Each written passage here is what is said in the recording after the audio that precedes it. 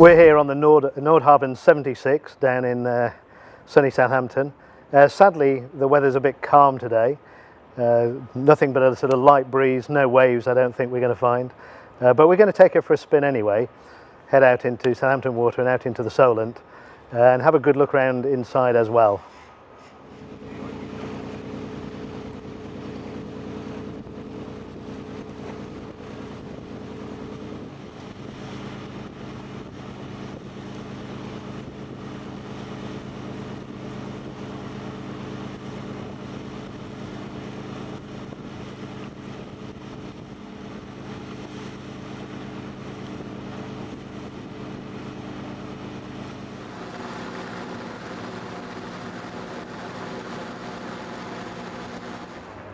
Now, at first sight, this 76, as big as it is really just like some of the small Nordhavns.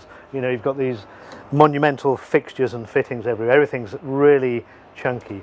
But the big advantage, when you get to this sort of size, you get a degree of flexibility built in, customization, if you like, that you don't get with the smaller boats. So, for instance, the cockpit we're in here, this overhang can be brought right to the back of the cockpit here to provide extra shade if you're spending a lot of time outside in the Med. And similarly, major changes, you've got a walkway on the starboard side here, but you can opt to have a second walkway around here on the port side, or this can be extended out. The superstructure can extend out to give you more space in the saloon. And even the pilot house can be up at the front of the boat or a bit further back, forward pilot house version. So there's a lot of flexibility built in when you get to this sort of size. So here in the saloon, you can see this high level of practicality. Everything floor runs through on a single level here. We've got these fantastic overhead handrails. Not that this boat rolls very much with its stabilizer switched on at all, so I think even in bad weather you probably wouldn't need these.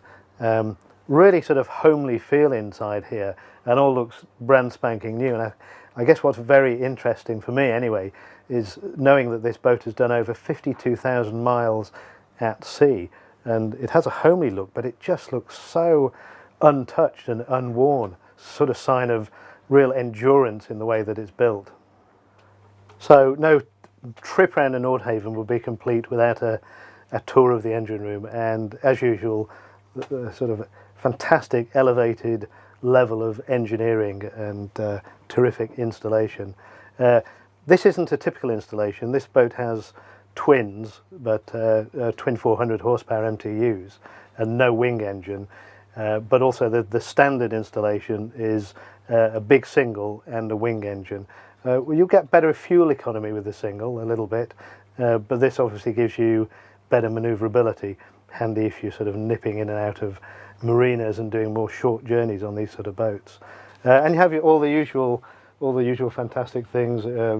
You know, clear fuel filters, sight gauges on the fuel tanks, and a very sophisticated but actually remarkably simple fuel transfer system here, and all the sort of stuff that you need for serious ocean voyaging.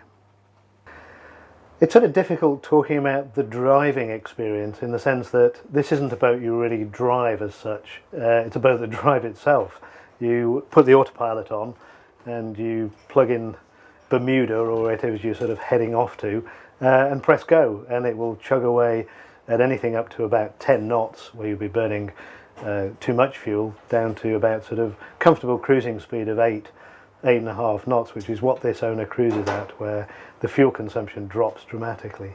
And the pilot house is a fantastic place to do that. You have these big comfortable stid seats here. There's also a really nice double off-watch berth just at the back of the pilot house here, and although the windows seem quite small, the view out's pretty good really. You can nip out of both of the side doors, port and starboard, to check on passing traffic if you're in a congested environment, and there's even a big window at the back of the pilot house to give you a view out as well. And of course you can scoot up these stairs if you want an even better view, and make it up to the flybridge where you get an uninterrupted panoramic view.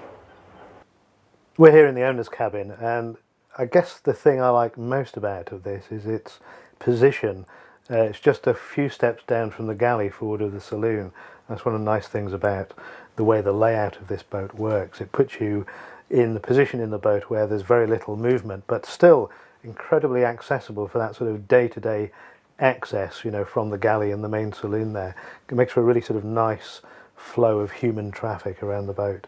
What you see here is only one example of what you can have. You know, Nordhavn at this sort of level are prepared to heavily customize. So although this lovely timber here is one of the options, you could bring your interior designer along who could design all manner of things, and Nordhavn would be happy to interpret that for you. A sort of epic 52,000 miles that this owner has achieved in this boat, you could actually do on one of Nordhavn's much smaller boats. They're all built to the same incredible tough standards.